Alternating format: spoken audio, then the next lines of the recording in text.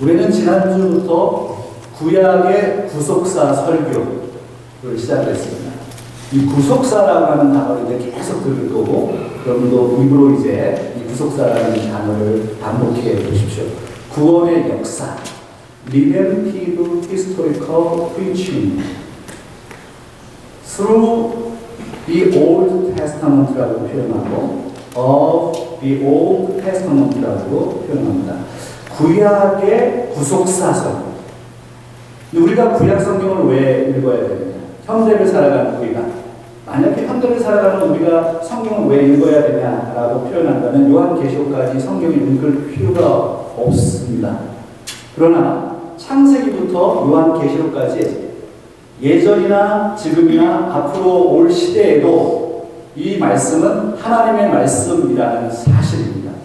여러분 믿으십니까?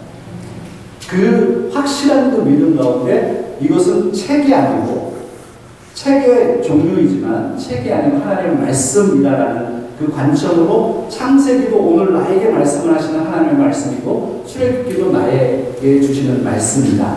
그리고 그 안에는 어떤 다른 이야기가 있는 것이 아니라 구원에 대한 역사가 담겨져 있고, 구원에 대한 계획, 구원에 대한 하나님의 은혜가 담겨져 있다.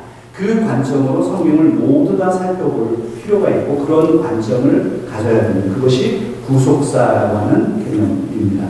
오늘은, 지난주에는 창세기를 살펴보았고, 오늘은 출애굽기를 좀 살펴보도록 합니다. 출애굽기 우리가 너무나도 잘 알고 있는, 어렸을 때 동화로부터 들었던 모세와 10가지 재앙, 홍해를 가르는 사건을 보면서 충격을 받고, 와!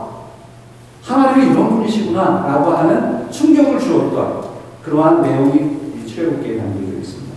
출애굽기의 제목이 무엇이죠?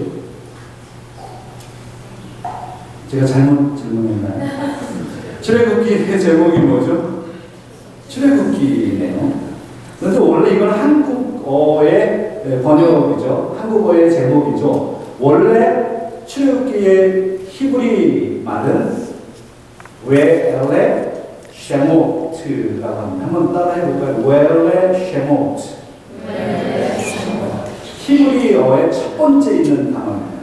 웨레 쉐모트라고 히브리 성경은 그렇게 그냥 그 제목을 붙입니다.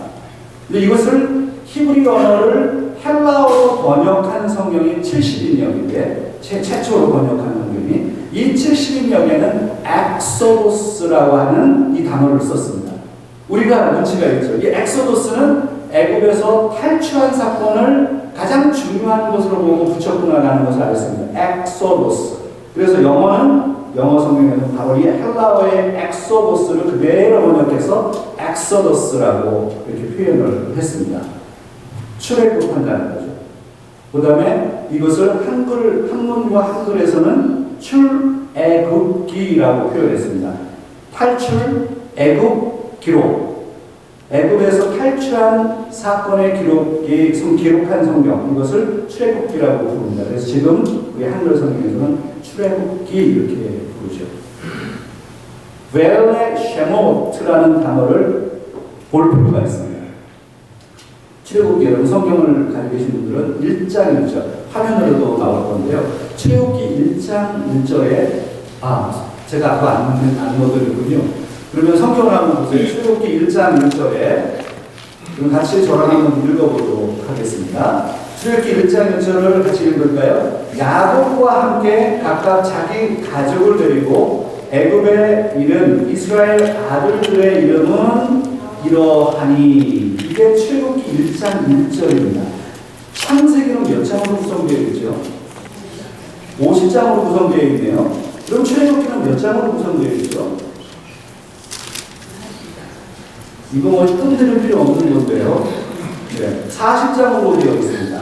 그런데 창세기 50장을 끝낸 다음에 그 다음에 출애굽기잖아요. 출애굽기 1장 1절에서는 야곱과 그의 가족이 애굽에 도착했다. 그리고 그의 이름들은 이러하다라고 시작합니다. 그래서 벨레 쉐모트라고 하는 이 단어가 무엇을 얘기하느냐? 그 이름은 이러하니라. These are the name of the sons of Israel. 이렇게 These are names. 이게 바로 벨레 셰모트라고 하는 첫 번째 출애굽기의 단어입니다. 출애굽해서 그 이스라엘에 살던 바로 야곱과 그 자손이 애굽으로 도착하게 되죠. 그 사람들의 이름으로부터 시작이 됩니다. 그게 출애굽기이죠. 출애굽기에 그 사람들은 어떻게 됐나요? 430년을 지나면서 너무나도 거대한 민족이 되기 시작했습니다. 그래서 애굽이 놀랄 정도. 그래서 애굽 사람들이 이 사람들을 어떻게, 이 사람들 반역하면 어떻게 해야 되나라고 하는 것을 충격을 받을 정도로 사람이 많아졌습니다. 430년이 흘렀네요. 그리고 출애굽 사건이 일어납니다. 430년이요?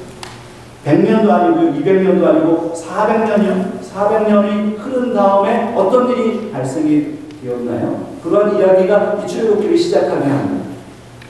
출애굽기는 크게 두 부분으로 나누어지죠. 화면에도 좀 보시면, 이런 제가 이렇게 요약을 좀 해드리는 거는 여러분 적는 거 힘드시잖아요. 예배 시간에 괜찮습니다. 화면으로 필요하신 분들은 셀카로 다 찍으시고 이렇게 하셔도 괜찮습니다. 출애굽기 내용에는 두 부분으로 나누어집니다. 1장부터 18장까지, 1장부터 18장까지고 19장부터 40장까지 두 부분을 크게 나누어집니다. 그래서 1장부터 18장까지는 노예로 있었던 애굽에 도착했던 이스라엘 백성들, 그 백성들이 어떻게 해방되었는지, 어떻게 구원받았는지, 홍해의 사건, 10가지 재앙, 이런 이야기가 주류를 이룹니다. 출애굽기 1장부터 18장까지 그 해방과 구원이라고 하는 내용이 담겨져 있습니다.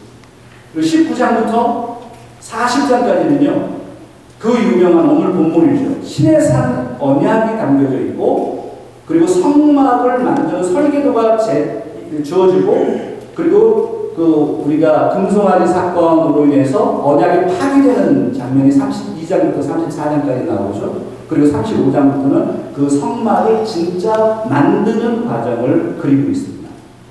그래서 해방과 구원, 언약과 성막이라고 하는 큰 주제를 이 출애굽기에서 다루고 있습니다. 이제 출애굽에 대한 얘기를 좀 해볼까요? 출애굽기에서 제가 오늘 본문은 출애굽기 19장을 선택을 했습니다만, 구속사에서 가장 중요한 본문을 잡아야 한다면 당연히 홍해를 가른 출애굽하는 장면. 출애굽기에서 출애굽 사건은 구약의 구속사 사건 중에서 가장 중요한 사건이다. 학자들은 이렇게 얘기합니다. 그렇죠. 출애굽기에서 가장 중요한 사건을 하나 뽑으라라고 한다면 당연히 바로 홍해를 가르는 이 출애굽하는 이 사건을 뽑아야 됩니다. 놀랍죠. 저는 어렸을 때 이 동화를 보고 모세의 이야기, 이집트 왕자 이런 관련된 이런 것들을 보면서 상상을 합니다. 와, 저는 30년 전에 이 홍해를 직접 갔었고요. 이집트에도 갔었고 이스라엘도 갔습니다. 이제 가이드 하는 사람들이 홍해를 딱 가서, 여기가 홍해입니다. 홍해가 레드 씨 아니에요? 붉은 바다라는 홍해입니다. 뭐 여기 조류 때문에 그 붉은색이 뜨는 건데요. 이 홍해가 내가 생각했을 때보다 작았어요. 이 바다가. 그래서 내가 충격을 받은 거예요. 나는 바다 하면 그 끝도 없이 쫙 펼쳐져 있는 그런 바다라고 생각을 했던 거죠. 그런데 그 홍해로 들어오는, 홍해라고 이야기하는 그 홍해는 사실은 좀 좁은 바다입니다. 깊이는 상당히 깊죠. 그 홍해를 그래도 하나님이 여기서 모세가 지팡이를 들으니까 이 홍해가 쫙 갈라진다고. 이 성경에 있는 이 역사의 현장에 딱 와서 서 있는데요. 가슴이 뛰는 거예요. 그렇군요. 하나님께서 이스라엘 백성들을 이곳으로 탈출시키신 거예요. 생각해 보세요. 이 출애굽 사건 속에서 이스라엘 백성들이 몇 명 정도 됐을까요? 학자들이 흔히 얘기하는 250만 명에서 한 300만 명 정도가 노예로 있었단 말이에요. 그 이스라엘 백성들 300만 명이 이 홍해를 건넌다. 뒤에는 지금 애굽의 군대가 계속 따라오는 거예요. 금방 잡히면 죽는 거예요. 그러니까 생각해 보세요. 저렇게 저 사진은 저는 틀린 사진이라고 생각해요. 상상만 하는 건데 저렇게 좁아가지고는 어떻게 200만 명 넘는 인구가 거기를 가겠어요. 그래서 저도 그런 생각했죠. 하나님이 도대체 1차선, 2차선, 3차선, 4차선 이 정도로 가르셨나? 이런 생각을 해보면 그러면은 몇 명 못 지나가는데 200만 명이 가려면 몇 시간, 하루 이틀이 걸릴 텐데 이런 생각을 하는 거죠. 그래서 이제 성경을 연구하는 학자들은 이 출애굽 사건에 뒤에는 지금 애굽의 군대들이 막 달려오는 거 아니에요? 금방 지나가야 된단 말이에요. 그래서 이것을 우리가 생각하는 모세가 지팡이를 들었을 때 홍해가 갈라집니다. 이건 하나님의 역사이죠. 근데 그게 생각하는 것처럼 요 정도의 거리가 아니다. 그래서 어떤 학자들은 그 많은 사람들이 동시에 지나가야 되기 때문에 거기에는 뭐 이사친들이 많잖아요. 양도 있고 염소도 있고 그거 뭐 수레도 가져가고 뭐 곡괭이도 가져가고 자기가 이쁘도 가지고 막 가는 거 아니에요. 그래서 이 사람들이 그렇게 건너가려면 이렇게 좁은 뭐 10차선 정도가 아니라는 거예요. 그래서 어떤 학자가 얘기하기를 5km, 4마일 정도가 열려졌을 것이다. 이렇게 연구했습니다. 제가 이야기하는 것은 그게 4마일이든 5마일이든 10마일이든 상관없이 우리가 상상하는 것보다도 더 위대한 역사가 이 홍해 사건에 있었다는 거죠. 하나님이 역사하셔서 이스라엘 백성들이 노예로 있었던 300만 명 되는 이 사람들을 구원해내시기 위해서 하나님이 길을 여시는 이 사건은 성경에서 가장 중요한 사건 중에 하나라고 얘기할 수 있습니다. 우리가 출애굽 사건을 보면서 무엇을 보느냐면 하나님의 구원 사건을 봅니다. 그래서 구속사에서 이게 중요합니다.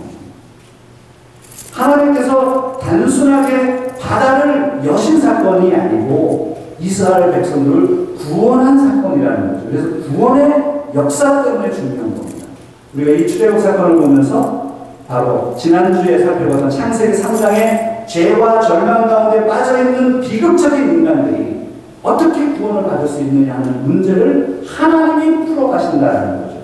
하나님의 역사에 의해서 하나님께서 출애굽시켰던 그 사건을 통해서 구원이라고 하는 것이 내가 노력해서 되는 것이 아니고 내가 어떻게 노예 신분에서 여기서 구원을 받을 수가 있겠어요. 이것은 하나님의 역사이구나라는 것을 확인하는 것이죠. 출애굽 연대와 관련해서 출애굽 연대를 여러분 알고 계시나요? 학자들 간의 뜨거운 감자 중에 하나입니다. 성경을 풀어가는데 저의 신학적인 관점과 저의 성경적인 배경으로 하면 출애굽 연대는 1446년, 기원전 1446년을 보는 이른 출애굽설과 늦은 출애굽설이 있어요. 두 가지가 있습니다. 근데 저는 이른 출애굽설을 지지합니다. 전통적인 해석이죠. 그래서 지금부터 3500년 전의 사건입니다. 3500년 전에. 자, 한번 따라해 볼까요? BC. BC는 기원전이라는 의미고, 기원전 1446년. 이거 머릿속에 넣어보세요. 이게 무슨 연대라고요? 출애굽한 연대라. 그러면 목사님 이걸 어떻게 1446년이라고 연도가 딱 나올 수 있습니까? 성경에 그게 기록이 되죠. 열왕기상 6장 1절에 있는 말씀을 한번 읽어보도록 하겠습니다. 여러분 같이 한번 읽어볼까요? 이스라엘 자손이 애굽 땅에서 나온 지 몇 년이요? 480년 이후 솔로몬이 이스라엘 왕이 된 지 4년 12월 곧 둘째 달에 솔로몬이 여호와를 위하여 무엇하기를 시작했다고요? 성전 건축하기를 시작했어요. 이런 게 다 기록이 되어 있기 때문에 그렇습니다. 나중에 솔로몬이 왕이 되어서 성전을 건축한 연도가 나와 있죠. 그게 BC 966년입니다. 거기에 430년 동안 480년이 됐다면서 출애굽한 다음에, 그러니까 966 플러스 480년을 하면 1446년이 나오죠. 그래서 15세기, 기원전 15세기 1446년에 정확하게 출애굽 연대를 측정할 수 있다. 이건 전통적인 해석입니다. 그러나 후기 출애굽서를 이해하는 사람들은 그렇게 보지 않고 한 200년 뒤에 1200년대로 봅니다. 그래서 이 부분은 어떻게 보든 큰 무리는 없으나 1446년이 전통적인 해석이다. 그것을 어떻게 알 수 있느냐? 언제부로는 1430년을 어떻게 시작하느냐? 고센 땅에 처음 우리가 출애굽기 1장 1절에 읽었죠. 고센 땅으로 와서 애굽에 도착한 사람들이 창세기에 나옵니다.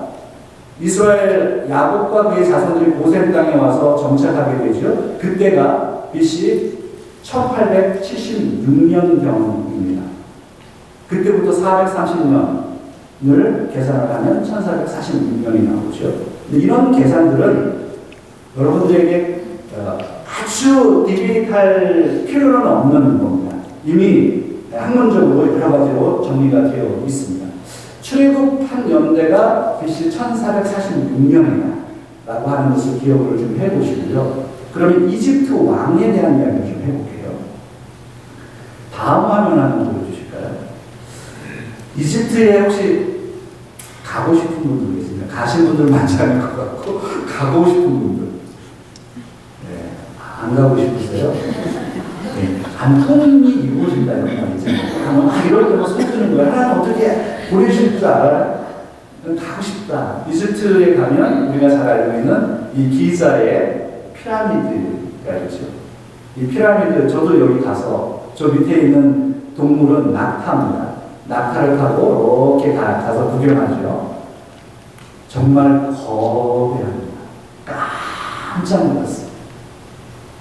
저 돌멩이 하나하나가 이 강대상보다 큽니다.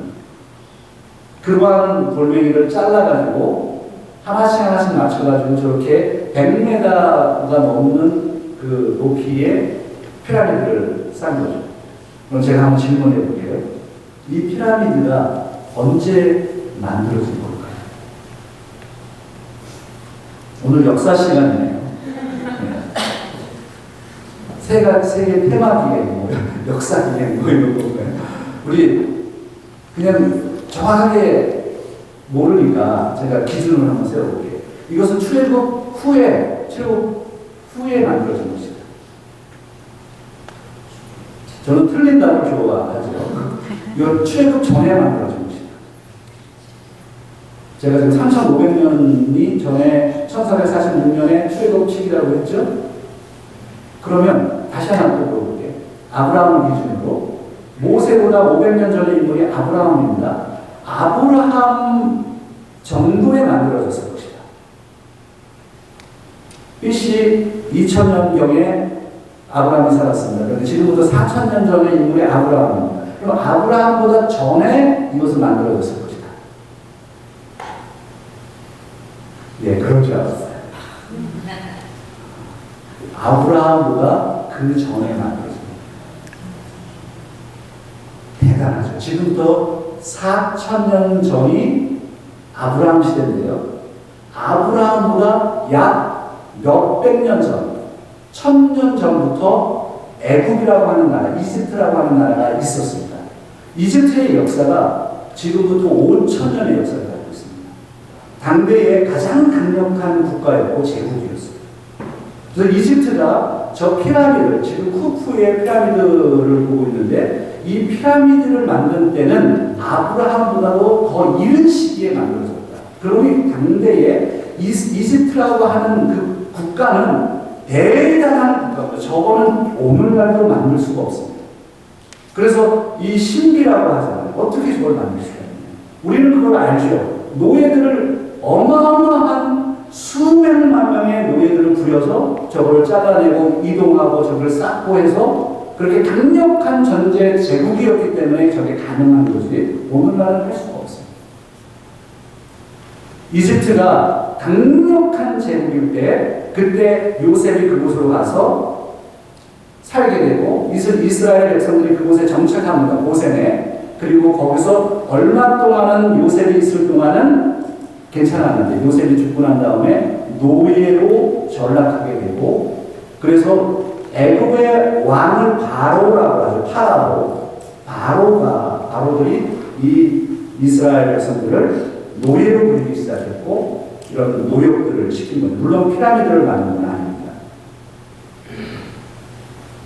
이집트 왕, 그 다음 화면을 좀 봐볼까요?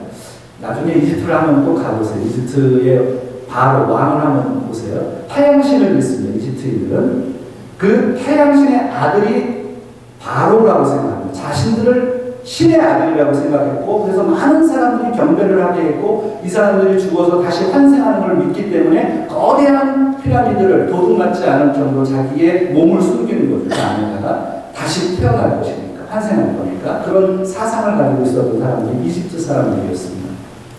강력한 제국이었죠.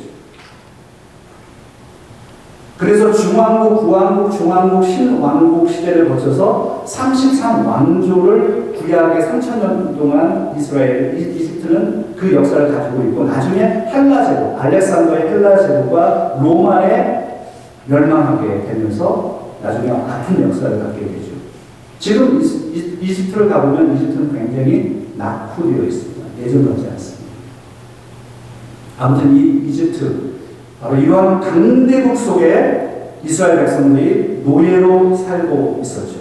그러면 하나님께서 그 백성들을 여기 화면은요 투트모세 3세라고 람세스 2세가 되어 있죠. 그 출애굽 시대에 그럼 바로 왕이 어떤 왕이냐라는 것이 학자들 간의 논쟁입니다. 이런 시기를 본다면 저는 투트모스 3세를 지지하는 사람이죠. 투트모스 3세를 이야기하고 후기 출애굽서를 이야기하는 사람 람세스 2세를 지지합니다. 아무튼 이 견해들이 두 가지가 있습니다. 노예로 살고 있었던 430년 동안 노예로 살고 있었던 이스라엘 백성들을 출애굽시켜서 애굽에서 탈출하게 하셔서 그리고 오늘 본문으로 들어가는 겁니다. 19장에 보면 3개월이 19장 여기 성경을 보세요. 3개월이 지나서 시내산에 도착합니다. 시나이 반도에 있는 광야에 도착해요. 시내 광야에 도착하고 그 시내산에서 모세와 하나님께서 언약을 맺는 장면이 오늘 우리가 읽었던 출애굽기 19장 4절부터 6절에 있는 말씀이에요. 같이 한번 다시 읽어보도록 하겠습니다. 내가 애굽 사람에게 어떻게 행하였음과 내가 어떻게 독수리 날개로 너희를 얻어 내게로 인도하였음을 너희가 보았느니라. 세계가 다 내게 속하였나니 너희가 내 말을 잘 듣고 내 언약을 지키면 너희는 모든 민족 중에서 내 소유가 되겠고 너희가 내게 대하여 제사장 나라가 되며 거룩한 백성이 되리라. 너는 이 말을 이스라엘 자손에게 전하였습니다. 아멘. 출애굽을 시킨 다음에 3개월 동안 애굽을 탈출해서 홍해를 건너고 애굽을 탈출해서 화면 한번 보여주세요. 지도가 있을 텐데 지도를 제대로 올렸을 텐데 그 다음 화면에 보면 없나 봐요. 그리고 앞에 다시 돌아가 주세요. 시내산에 도착을 하는 3개월 만에 시내산에 도착해서 하나님께서 이스라엘 백성들과 언약을 맺어주죠. 이 부분이 중요해요. 이것을 시내산 언약이라고 해요.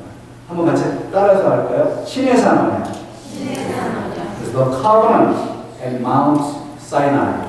The Sinai Covenant, the Mosaic Covenant 이런 식으로 표현합니다. 영어에서는 The Covenant at Mount Sinai. 시내산 언약. 이 시내산 언약이 그렇게 중요해요. 이스라엘 백성들과 하나님께서 맺은 언약이에요. 시내산을 생각해요. 시내산. 저 이 시내산을 보면 감동이에요. 30년 전에 시내산에 딱 갔을 때 저게 감동이에요. 우와! 하나님께서 이곳에 강림하셔서 모세를 만나주셨구나. 제가 이곳에 올라갔을 때 온누리 교회 하현종 목사님하고 제가 얘기했죠. 같이 올라가면서 인연을 맺게 되었고, 그리고 제가 하현종 목사님하고 같이 이제 멘토식을 갖게 됐습니다. 이 신해산 꼭대기에 올라가서 같이 예배를 드렸죠. 신해산을 올라가는데 이 신해산은 완전히 돌산입니다. 돌산. 그래서 저는 이렇게 생겼어요. 완전히 돌산인데 그 다음 화면 한번 보여주세요. 이런 돌산 어디서 많이 봤잖아요. 어디서 봤어요? 우리 여기서 엘센트로에서 쭉 샌디에고 가다 보면 돌산이 나와요. 그 돌산은 나는 항상 이런 생각해. 와, 나는 여기가 신해산이야. 이런 생각하거든요. 생각하게 나거든요. 그래서 엘센트로 왔다 갔다 하면서 지금부터 생각하시는 거예요. 나는 신해산에 올라와요. 그리고 신해 광야라고 그러잖아요. 여기 오코티요. 거기 올라가기 바로 전에 풍차 많잖아요. 그 뭐죠? 그 바람길이 뭐라 그래요?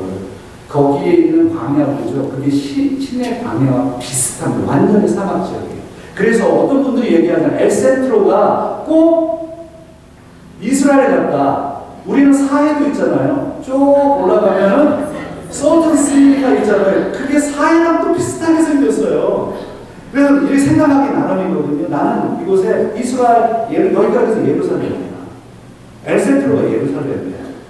그래서 예루살렘이 있구나. 이렇게 생각하면 마음이 편해. 뭐가 엘센트로 있는 게 없고 뭐 갈 데도 없고 그런 생각하지 말고 여기가 예루살렘이라니까. 신해산 있죠. 사해 있죠. 정말 가보면 비슷합니다. 환경이. 완전히 사막 지역에 풀 한 폭이 없는, 풀이 물론 있죠. 틈에서 나오죠. 근데 풀이 없는 돌산. 우리가 올라가다 보면 돌산이 그렇게 생겼잖아요. 거기에 모세가 올라가서 강림하신 하나님을 만나고 하나님께서 모세와 언약을 맺고 십계명을 주고 언약서를 주십니다. 율법을 주십니다. 그것이 출애굽기 19장부터 24장까지의 말씀이에요. 그리고 25장부터 성막을 또 만들라고 성막에 대해 설계도를 주시잖아요. 그 성막은 하나님의 임재를 상징하잖아요. 그 성막을 만드는 것으로 출애굽기는 끝난단 말이에요. 해방으로부터 성막에 이르기까지 출애굽기 사건은 구속사적인 관점으로 볼 수밖에 없습니다. 그러면 이제 설교식을 좀 정리해 갈게요. 신해산 언약에는 핵심적인 요소들이 세 가지로 담겨져 있습니다. 첫째는 하나님의 구속, 리뎀션이라고 하는 단어가 여기에 숨겨져 있습니다. 하나님께서 일방적으로 구원하셨다는 것. 우리의 노력이 있어서, 우리가 잘나서, 우리가 뭐 하나님에게 이뻐서가 아니라 이스라엘 백성들이 노예로 사는 그것이 그들을 노예 생활하면서 이들이 뭐 대단해서가 아니라 하나님께서 약속하셨고 아브라함에게 약속하셨고 하나님의 구원의 역사 속에서 이스라엘을 일방적으로 구원해내시는 구속주의 모습으로 등장합니다. 출국을 하잖아요. 애굽에서 홍해를 가릅니다. 그 사건은 하나님의 일방적인 권위를 나타내죠. 주권적인 능력을 설명합니다. 하나님을 보게 됩니다. 하나님은 누구신가요? 하나님은 바로 구원자입니다. 오늘 저와 여러분의 삶의 현장에 우리도 노예 같은 거죠. 죄의 노예이고 어려움이 있습니다. 근데 우리 인생 가운데 구원주가 누구신가요? 하나님이시죠. 두 번째, 이스라엘의 순종을 이야기합니다. 하나님께서 언약을 맺어주겠다라고 하면서 너희들은 이러한 순종적인 삶을 살아야 된다라고 말합니다. 5절에 있는 말씀에 보면 세계가 다 내게 속하였나니 너희가 내 말을 잘 듣고 내 언약을 지키면 너희는 모든 민족 중에서 내 소유가 될 것이다.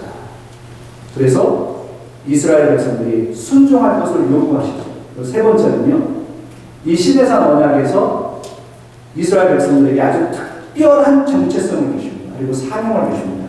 그 사명과 정체성은 다음 화면에 보시면 세 가지로 좀 요약할 수 있습니다. 너희는 모든 민족 중에 내 소유가 될 것이다 라고 말합니다. My treasured possession. 나의 소중한 내 소유가 될 것이다. 하나님께서 이스라엘 백성들을 그렇게 얘기하시죠. 그래서 저와 여러분은, 예수 그리스도를 믿는 저와 여러분은 하나님의 소중한 소유다라는 사실을 기억하셔야 됩니다. 그리고 그 다음에 사명을 주시는데 너희는 제사장 나라가 될 것이다. 거룩한 백성이 될 것이다. 이렇게 얘기하죠. 제사장 나라는 무엇이냐면 바로 다른 사람들과 하나님과의 중개 사역을 하는 것, 복음을 증거해야 된다는 것, 다리 역할을 해야 된다. 거룩한 백성이 될 것이다. 그래서 한번 따라할까요? 내 소유, 제사장 나라, 거룩한 백성. 이거 오늘 외우시고 가셔야 돼요.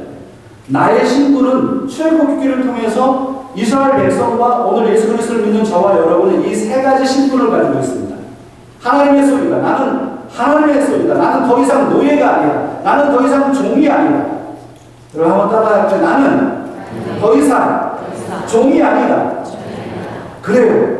우리는 세상의 종이 아니고 돈의 노예가 아니고 물질의 노예 아닙니다. 세상의 권력의 노예 아닙니다. 그 종에서 자유하게 된 거예요. 우리는 누구의 소유이냐면 하나님의 소유라는 걸 반드시 기억하셔야 돼요. 우리 이 땅에 살아가면서 세상의 권력과 세상의 욕망과 우리가 돈에 쩔쩔매게 되잖아요. 우리가 살면서 돈 없이 요즘 어떻게 생각해요? 돈 없으면 아무것도 못하는 세상에 살고 있잖아요. 우리 돈의 노예로 살아요.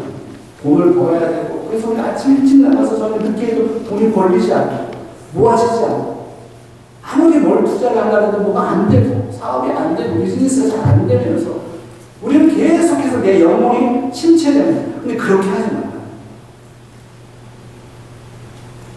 우리에게는 도전이 있는 거예요.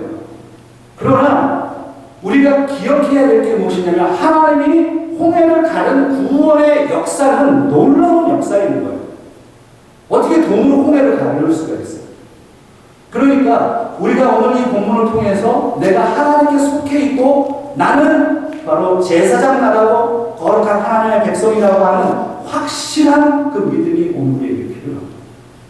그래서 흔들리지 마시고 그럼 옆 사람하고 한번 인사하고 제가 설교 좀 정리하겠습니다. 흔들리지 마십시다. 흔들리지 마세요. 뭐에 흔들리지 말아야 되느냐면 세상의 가치관에 흔들리지 마세요. 돈 때문에 울고 죽고 하지 마세요. 돈 있다가도 없고요. 없어도 살아요. 안 그래요? 우리 그렇게 살아가잖아요. 제일 중요한 거는 돈이 아니에요. 하나님 앞에 서는 것입니다. 하나님 우리를 살리시기. 돈이 없이 죽어도 상관없어요. 왜 그런지 알아요? 이 세상은 짧기 때문입니다. 영원한 세상이 앞으로 남아있기 때문입니다. 그 영원한 세상에서는 돈으로 사는 게 아니에요. 이 세상에 살 때 돈이 필요한 거지 우리가 죽은 이후에는 돈이 더 이상 필요하지 않습니다. 그렇기 때문에 오늘 우리에게 더 중요한 것은 하나님의 관점을 갖는 거예요. 저와 여러분이 왜 신앙생활을 하나요? 우리가 하나님의 자녀라는 것을 고백하기 위해서 아닙니까? 세상은 우리를 힘들게 하고 계속 우리를 죄의 악으로 내려앉게 하고 노예로 삼으려고 하고 종이 되라고 말하지만 우리는 그 노예의 굴레에서 벗어나야 합니다. 오늘 하나님께서 시내산에서 만나주신 사건을 기억하고 바로 이 자리가 오늘 저와 여러분에게 시내산인 줄 믿습니다. 이 자리에서 하나님께서 저와 여러분을 언약하셨고 이 언약은 예수 그리스도를 통해서 완성되고 우리는 예수 그리스도를 믿었기 때문에 이 소유 제사장 나라 거룩한 백성이라고 하는 이 표식이 우리에게 있는 것이죠. 그래서 베드로전서 2장 9절에 너희는 거룩한 백성이요 제사장 나라라고 말씀하시죠. 담대하게 살아가십시오. 세상에 지지 마십시오. 승리하는 여러분들 되시기를 주의로 부탁합니다. 기도하겠습니다.